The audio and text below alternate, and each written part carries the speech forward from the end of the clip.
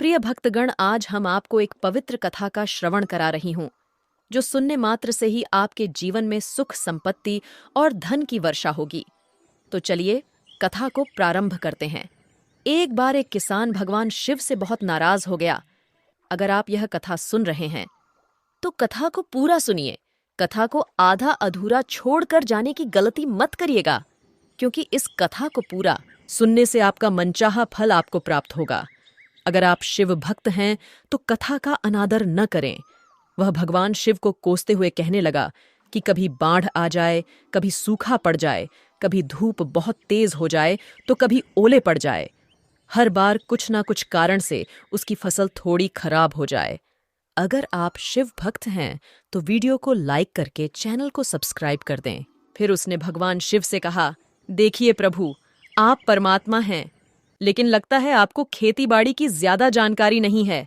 एक प्रार्थना है कि 1 साल मुझे मौका दीजिए, जैसा मैं चाहूं वैसा मौसम हो, फिर आप देखना मैं कैसे अन्न के भंडार भर दूंगा।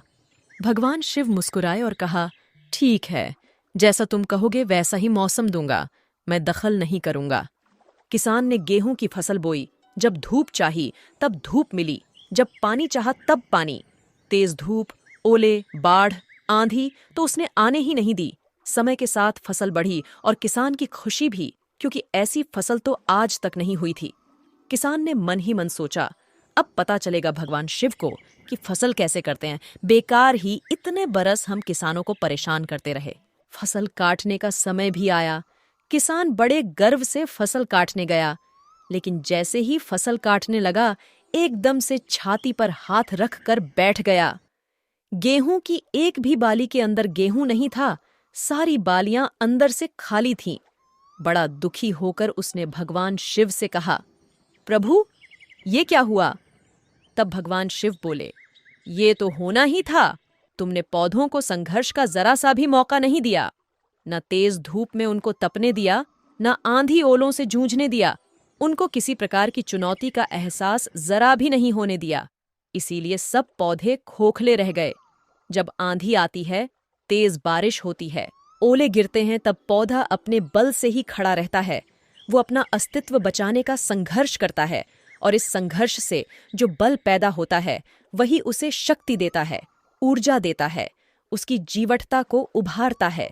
सोने को भी कुंदन बनने के लिए आग में तपने, हथौड़ी से पिटने, गलने जैसी चुनौतियों से गुजरना पड़ता है, तभी उसकी स्वर्णिम आभा उभरती है, उसे अनमोल बनाती है।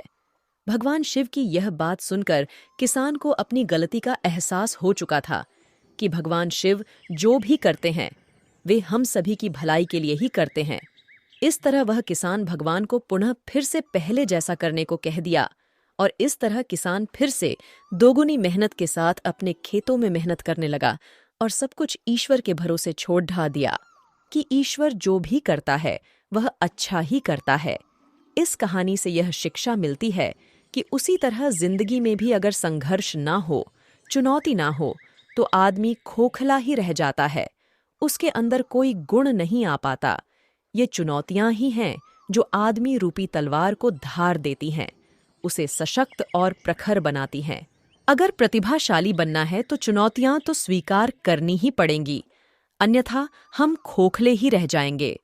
अगर जिंदगी में प्रखर बनना है, प्रतिभाशाली बनना है, तो संघर्ष और चुनौतियों का सामना तो करना ही पड़ेगा। सुख के साथ दुख को भी सहना पड़ेगा, तभी वह अपने जीवन में आगे बढ़ सकते हैं। For watching. Please like and comment. Amazing Animation VFX YouTube channel. Subscribe for more videos.